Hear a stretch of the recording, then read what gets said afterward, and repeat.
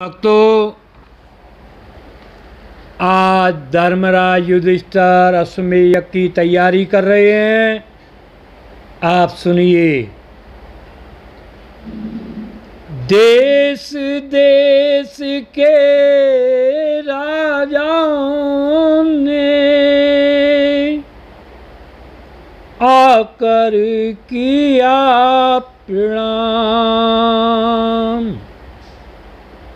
धर्मराज को भेंट धरी और लीने निज निज धाम। बब्रुवाहन पारथ सुत आयो ले निज मात। धर्मराज के चरण गई भेंटो सब निज तात। संपूर्ण राजा युधिष्ठिर के अश्वमेध में पधारने लगे और युधिष्ठिर की आज्ञानुसार सभी का सत्कार भीमसेन, नकुल और सहदेव ने किया। इसके बाद कृष्ण, बलराम, सात्यकी, प्रद्युम्न, गद, निष्ठ, साम, कृतवर्मा आदि वंशियों को लेकर श्री कृष्ण भगवान पहुँचे। सबका विधिवत आदर सत्कार किया। सभी को उत्तम आसन प्रदान कर सर्वोत्तम महल में ठहरने की व्यवस्था की गई।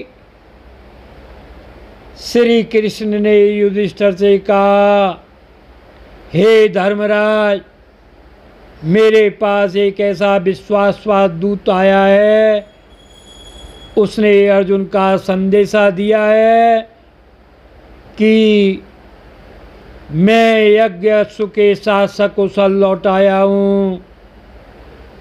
इसके लिए यज्ञ का शुरू कर दिया जाए। तब युधिष्ठिर ने कहा, हे माधव, मेरे चित्त में बड़ा खेद है कि अर्जुन ही क्यों संपूर्ण भार उठाता है और वही विशेष कष्ट उठाता रहता है। श्री कृष्ण बोले, अर्जुन में ही संपूर्ण शुभ लक्षण है। उसी समय अर्जुन के आने का समाचार प्राप्त हो गया। तब भीमसेन सब ब्राह्मण मंगल पाठ करते हुए अर्जुन की आगवानी को गए। धर्मात्मा अर्जुन यज्ञशाला में आ गए। वहाँ युधिष्ठिर, धृतराष्ट्र ने कृष्ण को आगे करके अर्जुन की आगवानी की। सभी को प्रणाम करके अर्जुन माताओं से मिले, फिर विश्राम को चले गए। उसी वक्त बब्रुवाहन दोनों माताओं के साथ यज्ञ में पधारे। दोनों माताओं सहित कुंती के चरण स्पर्श कर फिर पांडवों की अन्य रानियों द्रौपदी तथा अन्य स्त्रियों से मुलाकात की। उसके बाद वे भगवान कृष्ण से मिले। उन्होंने उसे अपने पुत्र प्रद्युम्न की बात समझकर वीर बब्रुवाहन को एक दिव्य रथ तथा एक घोड़ा प्रदान किया। उसी समय वेदव्यास भी आ गए और बोले, इस यज्ञ का नाम बहुसवर्ण नाम से प्रसिद्ध होगा। इसलिए हे धर्मराज, तुम इस यज्ञ में ब्राह्मणों को तिगुनी दक्षिणा देना। ऐसा करने से आपको 3 अश्वमेध यज्ञों का फल प्राप्त हो जाएगा। वेदव्यास जी के वचन सुनकर धर्मराज ने उसी दिन यज्ञ की दीक्षा ले ली। यज्ञ आरंभ हो गया।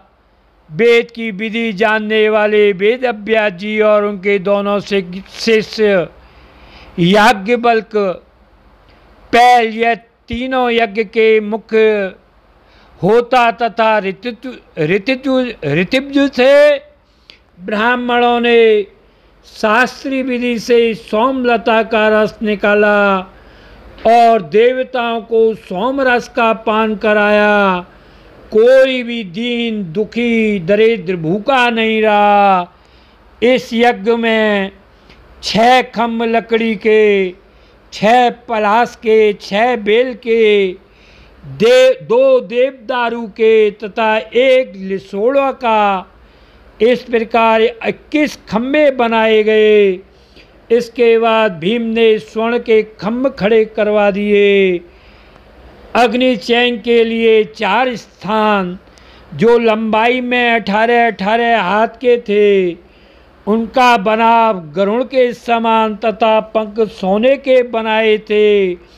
उन वेदियों में त्रिकोण कुंड बने थे। वहाँ देव ऋषि नारद गांधार ऋषि मुनि सभी पधारे हुए थे।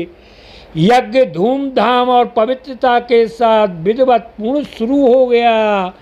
फिर युधिष्ठिर ने 1 खरब स्वर्ण मुद्राएं ब्राह्मण को दक्षिणा देकर अपनी सारी पृथ्वी वेदव्यास जी को दक्षिणा में दान कर दी। वेदव्यास जी ने कहा, तुम्हारी दान दी पृथ्वी तुम्हारे अधिकार में ही छोड़ता हूँ। तुम इसके बदले में मुझे इसका मूल्य दे दीजिए, क्योंकि ब्राह्मणों को धन चाहिए, राज्य नहीं। धर्मराज ने ब्राह्मण से पूछा कि दान हुई पृथ्वी का मूल वापस लेना क्या, उसका क्या विधान है? मैं भूमि वापस नहीं लूँगा।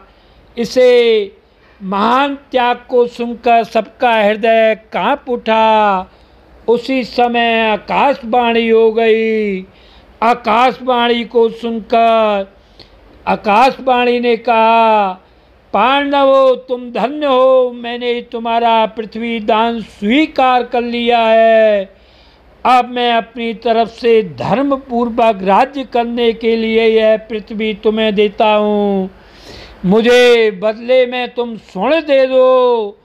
तब धर्म के जानने वाले श्री कृष्ण बोले, हे धर्मराज, व्यास जी की आज्ञा का पालन कीजिए। तब धर्मराज ने ब्राह्मणों को 3-3 करोड़ रुपए, 3-3 करोड़ स्वर्ण मुद्राएं दक्षिणा में दे दी। सब ब्राह्मण आशीर्वाद देकर विदा हो गए। वेदव्यास जी को जो स्वर्ण राशि का भाग प्राप्त हुआ, वो उन्होंने अपनी पुत्र वधू कुंती को भेंट कर दिया और कुंती देवी ने धर्म कार्यों में लगा दिया। यज्ञ समाप्ति के बाद धर्मराज ने अभ्यर्थ स्नान किया। उसके बाद यज्ञ में आए राजाओं को यथा योग्य धन देकर उन्हें सम्मानित कर कर विदा किया। आज की कथा का वर्णन कर दिया है। आगे की कथा का वर्णन यथाक्रम करते रहेंगे। जय यमुना मैया की।